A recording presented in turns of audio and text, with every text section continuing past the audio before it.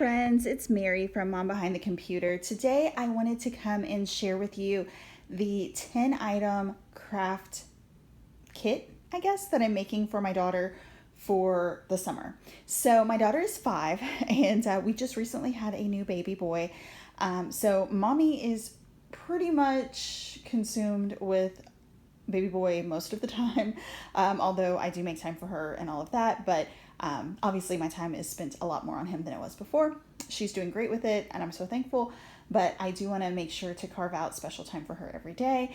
And also we are still at this point self-isolating for the most part, so we're not going out and doing as much as I kind of thought we would this summer. Even though I knew that we would be staying in more, we're staying in a whole lot more, obviously. So when I was on Michael's website the other day, Michael's Craft Store, let me try that again. I saw that they had a free ebook of 100 crafts that you can make out of 10 items. And I'll link that in the description box below. I took a look at it and it seemed like crafts that would be something she would love to do and very close to her skill set. If anything, it stretches her just a little, but I think most of them will be just in her skill set with me sitting beside and helping her. And I think it's just like, I think she's just the right age for it. So I went ahead and bought the 10, I bought 9 of the items because I already had one of those below. I'll talk about that. One of those here. I'll talk about that. Actually, to be fair, I probably had a lot of this here because I am a crafter and I have bits and pieces of supplies. But if you're a mom and a crafter, a new mom, I guess, I'm not a new mom, but I'm new. I have a mom of a newborn. But if you're a mom of a newborn and you have a lot of craft supplies, you know that that's probably not going to happen where you're going to be able to search out everything in the time. So I bought most of it just to make sure I had it. Most of this is stuff that I know that even if we don't get around to all of it, she'll use because she really loves creating and crafting. So I wanted to show you what those items were and kind of tell you my plan for the summer. And then I think what I'm going to try to do, if it goes well, we'll see, is make videos each week kind of showing which crafts we did that week. So let me show you what I got first off. I got this mixed media pad, and this was honestly the thing I felt like I didn't really need as much.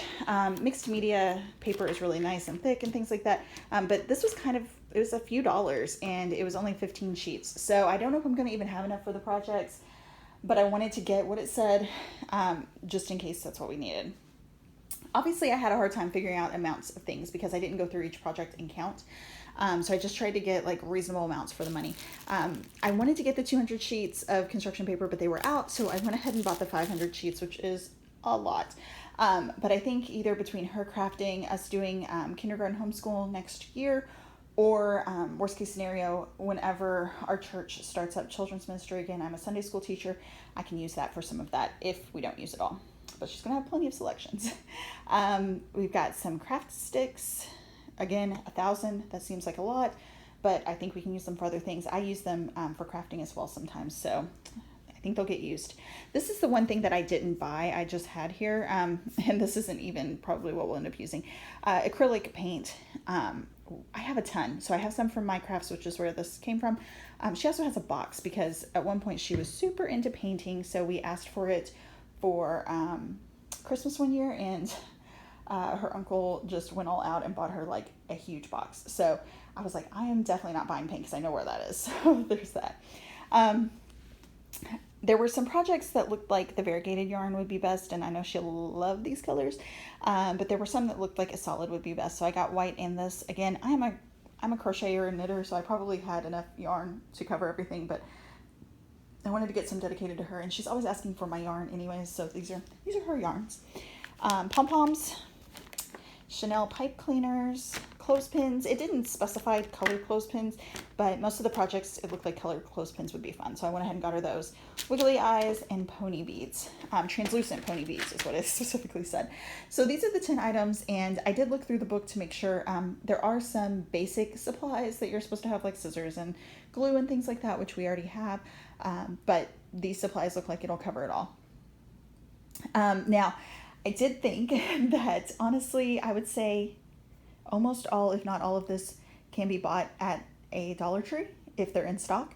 And if this was normal times, I would have probably went to the Dollar Tree first because it's for a kid's craft and it doesn't need to be like super great quality. But like I said, we're still self-isolating. My husband is going into stores because he works. I don't work outside the home. I work inside the home. So I wanted to kind of, I didn't want to go to Dollar Tree just for this. If we have to go there for other more essential items, we will. But we're trying to limit our exposure in certain stores. And this was all done by curbside pickup. So that's why I went ahead and bought it as it was. If you'd like to follow along on our summer crafting journey, please be sure to hit the subscribe button. I'm sure we'll have at least one more video, but probably many more. And if you like this video, please give it a thumbs up. Thank you so much for watching, and I hope you have a blessed day. Bye-bye.